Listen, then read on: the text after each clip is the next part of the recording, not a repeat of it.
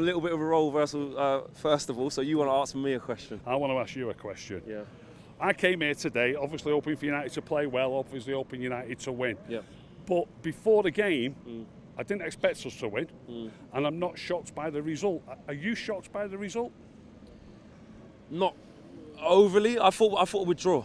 I thought it would be a very difficult So you're game. not expecting us to come away to the bottom team and win easily like we used to? And is that the problem right there? Well, Because of that's the realisation. that just shows you where we're we are, doesn't it? I'm not surprised by the result. What went wrong today, Rick? I mean, I know we've got this common problem that we can't break teams down, but you look at Watford in that first half. They wasn't great, and that's a reflection of their league position. They shouldn't be great. Yeah. But it wasn't like, I didn't feel like an onslaught, like a home manager, new bounce. I didn't feel that. I felt like it was there for us to take the game to them and get goals if we could create. Yeah. And we couldn't, apart from the Lingard chance, which he should have taken. And it just went from bad to worse from there. It went from bad to worse. Marshall, I've already had people on to me saying Marshall wasn't that great. He wasn't. Look, it's a team game. You can't play on your own. All of our best stuff still came through Anthony Marshall. A little bit through Juan Mata when he came on. A little bit through Pogba when he came on. We were better when them two came on. But Anthony Marshall was still our only bright spark. And he links up better with Dan James, by the way. Yeah. He's left Rashford off on again and took Dan James off. He's done that a couple of times. If he wants to bring Greenwood on, I can imagine he's sat on the bench thinking, what do I do? Who do I take? You've got to take somebody off. You can't bring him on without taking somebody off. And the two players who should not be getting taken off are Anthony Marshall and Dan James. And Rashford gets kept on every week. Today, he couldn't trap a bag of cement in the first half. And he gave away some balls as well, put them on the counter-attack. Terrible balls. Yeah. Why is he frightened of taking Rashford off? Do you know what I mean? And then when he did make the change, the number of times he changed the positions of the forwards. He started with Greenwood on the right, then he switched him to in the middle and Marshall to the left and Rashford to the right. He confused the players sometimes as well. It's all confusing. It's all just such a mishmash. He doesn't know what to do. Is it Solskjaer and the coaching staff that these players can't perform to that level to break down teams like this? Is that where you look at? Or is it these players are good enough to do it? And yes, we shouldn't have to rely on individual brilliance. We've had this time and time it's again. So difficult. We keep saying the same thing. As far back as Newcastle away, when we got beat 2-0 at Newcastle away after the game, I said to you that Fred's nowhere near good enough for Man United. Then he's come on strong in a couple of the games where the workaholic side of him is vitally important against City and against Spurs, and that's all fine. But every now and again, don't think we're doing anything great there. Teams, Crystal Palace beat City last year, didn't they? Teams like Watford and Crystal Palace sometimes turn teams over like that. So don't think, wow, we're great, we just won those two games. Do you understand what I mean? Some other teams do that sometimes. So Fred works his socks off in them sort of games. But he's not a Man United player where we're going to dominate games and he's going to have loads of the ball and be threading passes through and putting wingers in behind and stuff like that. He isn't good enough for Man United. I said it after Newcastle. I'm saying it again now. He isn't. We need better players. I heard you talking earlier about we need an attacking midfield player. We just need better players. We just need better players. Not many people would have had Michael Carrick down as an attacking midfield player.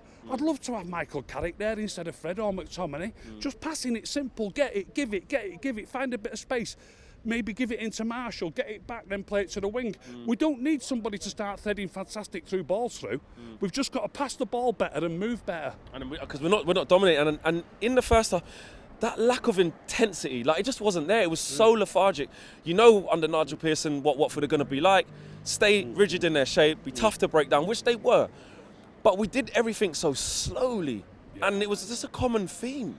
Clueless. We spoke on Wednesday night, and okay, it was only against Colchester on Wednesday night. We ended up getting plenty of chances in the second half. But in the first half against Colchester, Rashford missed a sitter where he missed the ball on the 6-yard line. And then he had another one over the top that he should have controlled right in front of goal, and he missed it and it went out. Now today, Marshall's put Lingard through. I wish some of these chances had been made for Anthony Marshall. It's got to be the other way. We need more players like Anthony Marshall.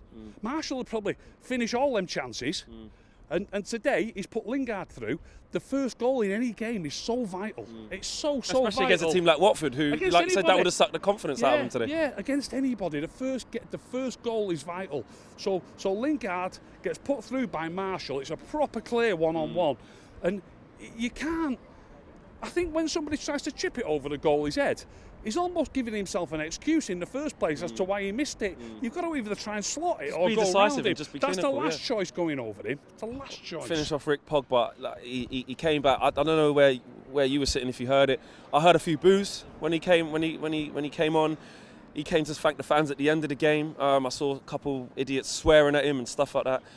But away from that, what did you make of his performance when he came on, and how important is he going to be going forward? He played all right when he came on. I'm not going to slate him as a footballer. He's got all the ability in the world. I think I've said this to you before, Flex. He's not my cup of tea as a footballer. He holds onto the ball a little bit too long. Takes one or two too many touches when he should pass it first time.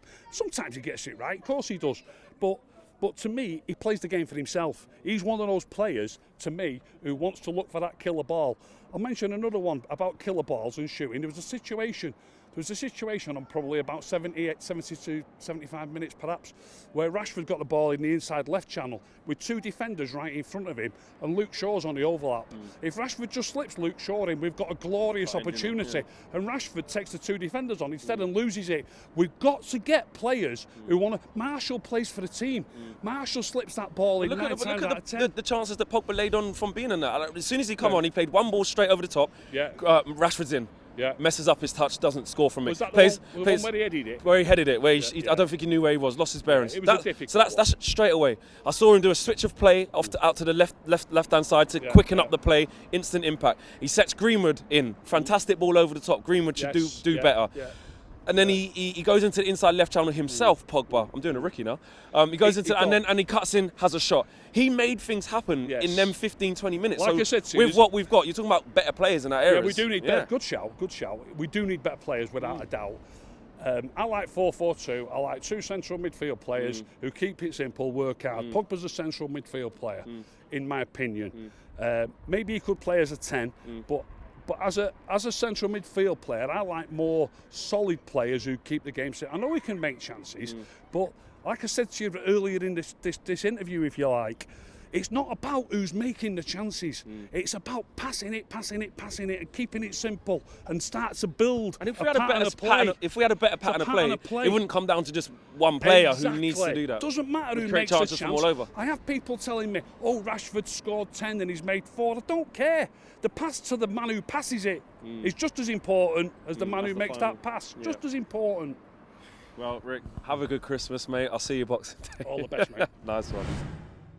Big thank you to you guys for watching the latest of our videos. And if you want to check out more, make sure you do that just to the right of me. We are the biggest and best Manchester United channel in the world. Make sure you check us out on all of the socials as well. Facebook, Instagram, Twitter, and YouTube. The socials are along the bottom. Peace.